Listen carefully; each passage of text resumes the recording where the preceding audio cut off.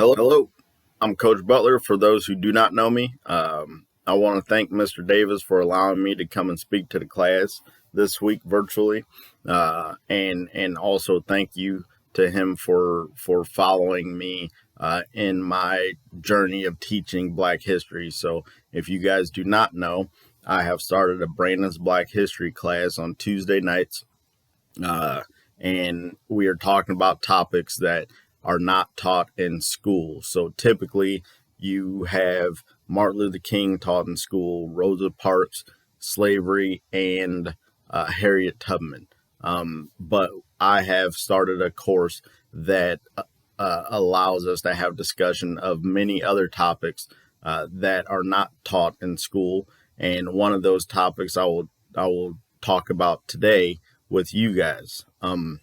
If you would like to, you can follow me on Twitter at B_B_Black History 2020. And I have been posting Black History stuff on there. So if you guys want to learn more and follow that would be great.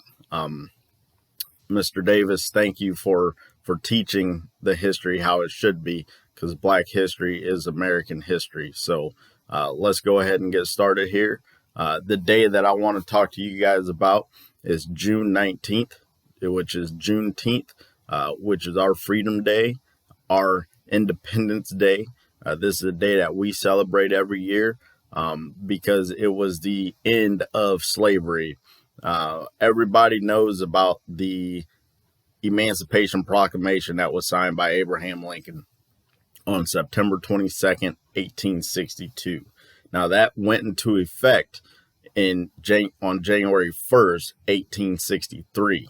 Okay, so this was the executive order by Abraham Lincoln to free the slaves in the South, in those rebel states. The only thing about that Emancipation Proclamation, though, the only people who really got away were the ones that were bordering the northern states. There was about 20,000 slaves that were able to escape slavery when this went into effect on January 1st, because they were able to cross the line and escape themselves. Now, what we're going to talk about here is how the other states, after this was signed, moved their slaves over to Texas and use that as kind of like a I would say like a bank, right? So you deposit money. So they deposited their slaves into that state, expecting to then be able to withdraw and get them back after the war. So the Emancipation Proclamation by Abraham Lincoln freed all the slaves in the South, supposedly, right? So do you really think it would have been that easy, though, to free the slaves? So think about it. The slaves in the South were the economy for those states, okay? So with that, they were the ones that were out there picking the cotton, doing the work, taking care of kids, cleaning the houses. They were the ones that were bringing money into those southern states, because without them, how are they going to get that cotton out of the fields, and how are they going to do all the other stuff without that manpower that they had? Okay, so it was not going to be that easy to just, hey, we're going to sign this piece of paper and then these rebel states are just going to give up their moneymaker, right? So after the proclamation was signed, okay, the southern states like Louisiana and Florida and Mississippi and Alabama, they have moved their slaves over to Texas, all right? So doing this, like I said earlier, doing this is kind of like a bank. We're going to deposit our slaves over to your state because you're not union controlled, okay?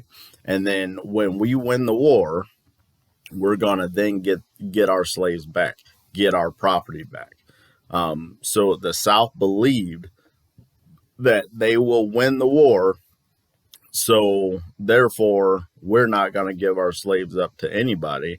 We're just going to move them over to another state that is under Confederate control and not Union control. Okay. So the Civil War ended April 1865. That was 2 months. And then 2 months later, okay, 2 years after the proclamation was signed. So get that. April 1865, the war ended.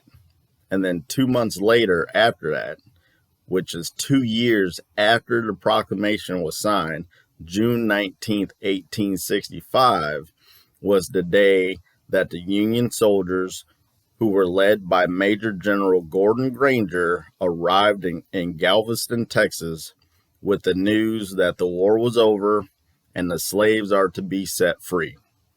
Okay, so the announcement from General Gordon Granger is, or was, the people of Texas are informed that in accordance with the proclamation from the executive of the United States, all slaves are free.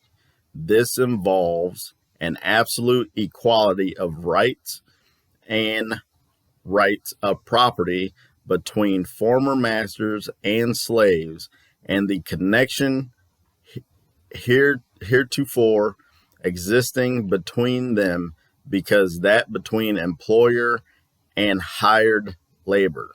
Okay, so now it is between them becomes that between employer and hired labor. So now Texas, these slaves now finally know that the war is over, they are free, and if they stay, then those slave owners have to pay them to stay there and work. But some of them, before the announcement was finished, some of those slaves had already left. They were on their way out. Okay, some of them didn't know what to do, and they kind of stayed around. They were confused on what was going to happen. Some of them left and met with their families in other states after they were sold to somebody else. So there's a lot of things going on this day. Okay, there was a lot of some people were confused, and then some people were like, "Heck, we're getting the heck out of here." They just said that we're free, so let's go. We've been waiting for this for a while, and finally it is our time. Okay, so some of them also stayed to find out the new employer, new employee relationship. You know, they wanted to be paid. They wanted to get money. So if I can stay here and work, and now you have to pay me, then why not? Why not stay here? So you have many different things going on with different people, which is what you would see today too. If something happens, you have different people, different reactions. So June 19th, okay, a very important day in our history, a very, very important day in our history, which was never taught to me in school. It was never taught to other people in school. So why? Like, why would they not teach about this day in school? Okay. So like I said earlier, they talk about the four main topics: Martin Luther King, Rosa Parks, Harriet Tubman, slavery. Okay. They don't really talk about Juneteenth. A lot of you guys probably just found out about Juneteenth this year, with all of the stuff that's going on in our country right now. That there was a lot of tweets, a lot of Facebook posts, a lot of news channels covering June 19th.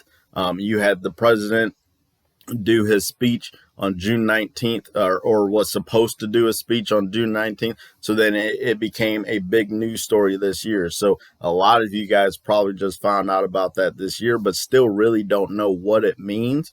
And what it means is it was the freedom for my ancestors, okay, who were set free from Texas, and then all the slaves, like the proclamation was supposed to do, were actually set free on that day.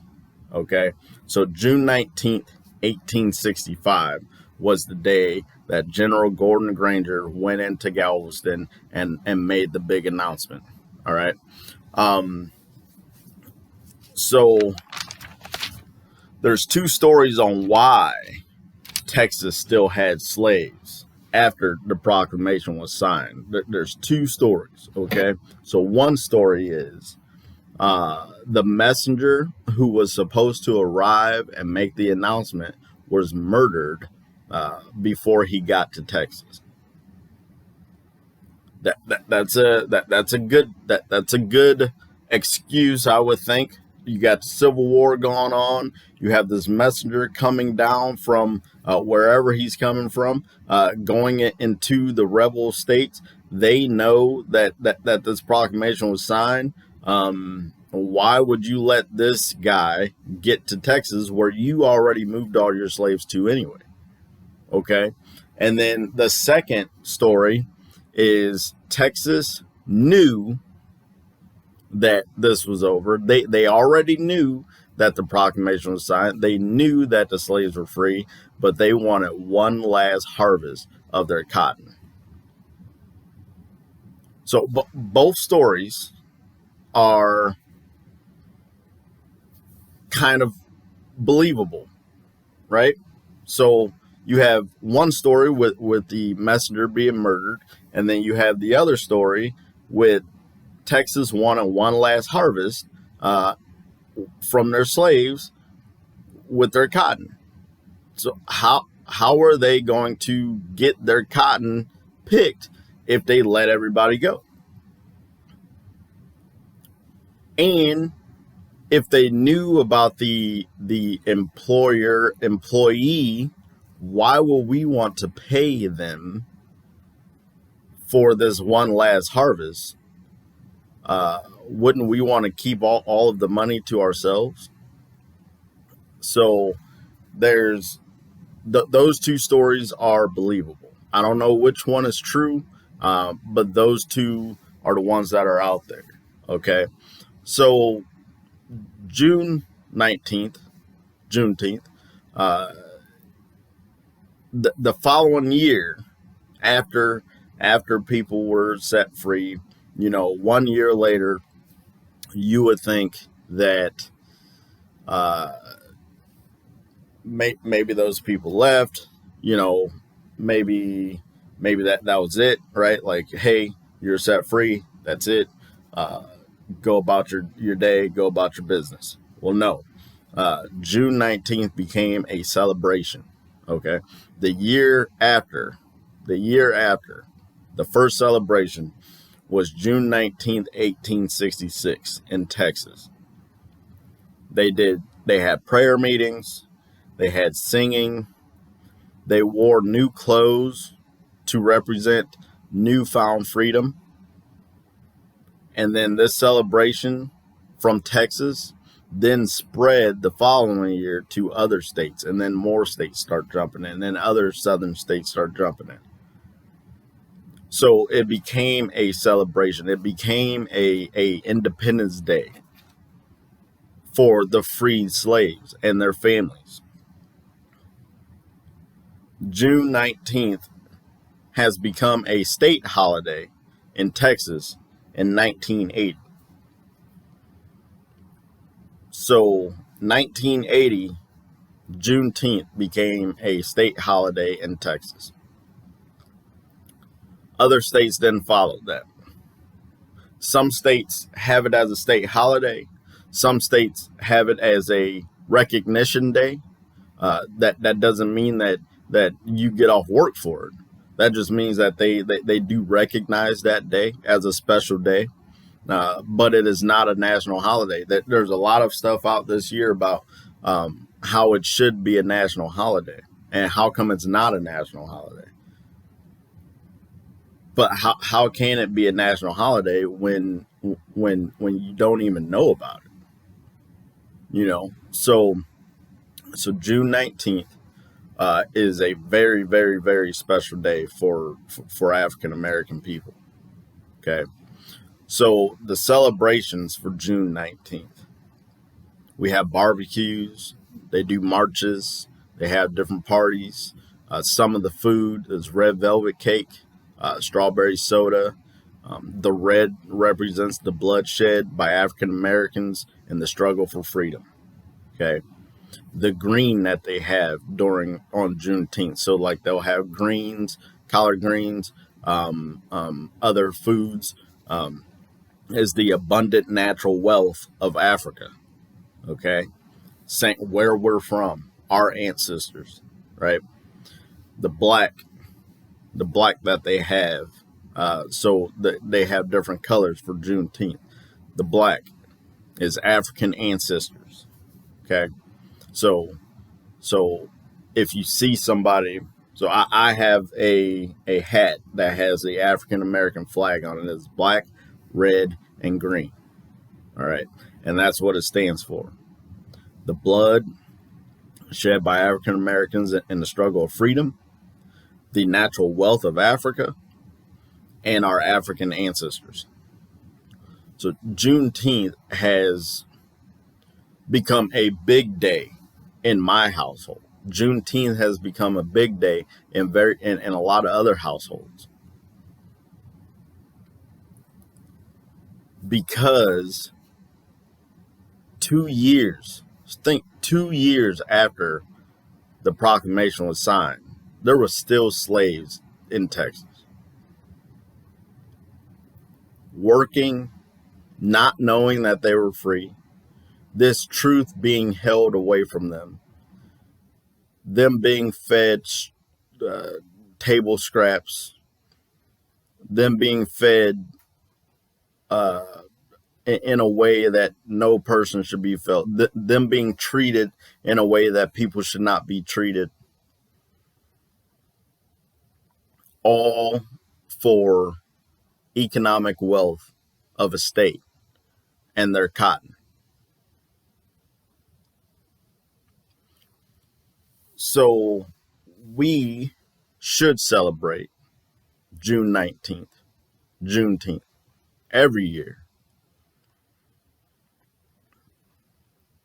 It is a special day in our history. It is a day in our history that needs to be taught. June 19th and July 4th should be taught the same way. July 4th, America got their independence. June 19th, slaves, African Americans, got their independence. So think about that. In 2020, we celebrated July 4th. Everybody in America celebrates July 4th. It's America's Independence Day. But did you realize that when America got their independence, there were still slaves working? There were still slaves in the fields. There were still slaves cleaning. There were still slaves taking care of the families, the children. African Americans got their Independence Day on July 19th, 1865. Both days should be celebrated. Both days should be recognized.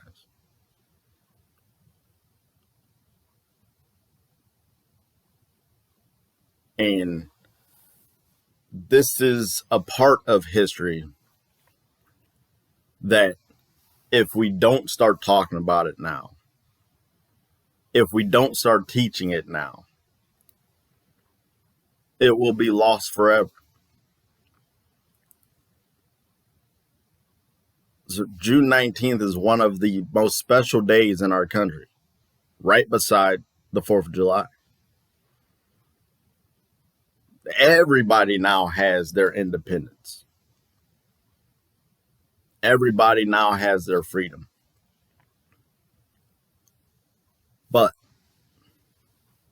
was it that easy after they were set free? Was it that easy to just say, oh, they're free? This is it. That's it, right? We're going to move on. There were fights for June 19th. There were parks closed so African Americans could not celebrate their day. The Klan would come after people as they tried to celebrate their day.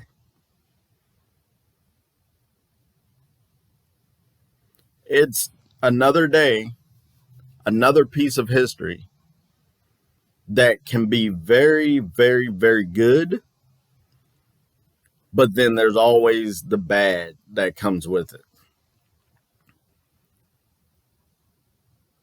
So, June 19th, in my house, we celebrate it every year. We cook, we play music, we have red velvet cake. It is a very important day, and a day that needs to be recognized by everyone and recognized by the country.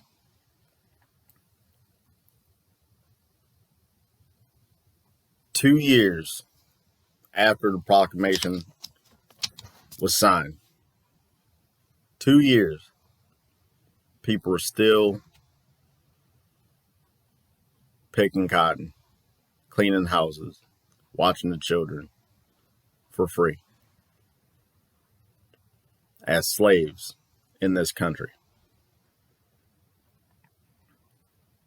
So, our Independence Day, July 4th, and our Independence Day, June 19th, should both be celebrated.